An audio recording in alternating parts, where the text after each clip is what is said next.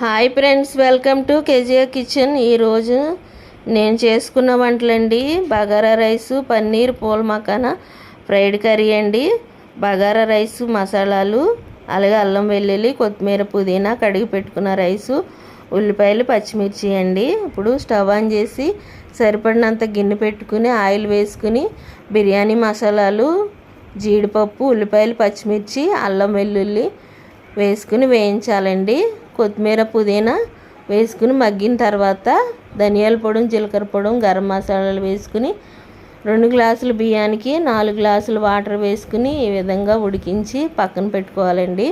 ఇప్పుడు stove on చేసి కళాయి పెట్టుకుని పూల్ మకానా, పన్నీరు వేయించుకుని పక్కన పెట్టుకోవాలి. ఇప్పుడు అదే ఆయిల్లో ఉల్లిపాయలు, పచ్చిమిర్చి, బిర్యానీ ఆకు, 3 లవంగాలు, చిన్న చెక్క ముక్క వేసుకుని వేయించుకోవాలి. 2 స్పూన్లు సాల్టు, 2 రెమ్మలు కరివేపాకు వేసుకుని ఉల్లిపాయలు గోల్డెన్ బ్రౌన్ కలర్ వచ్చే వరకు వేయించుకుని మనం ముందుగా రెడీ చేసి పెట్టుకున్న టమాటా, కొత్తిమీర, పుదీనా, జీడిపప్పు పేస్ట్ని ఉల్లిపాయల్లో వేసి ఇలా ఉడికించాలండి ఆయిల్ బయటకు వచ్చే వరకు.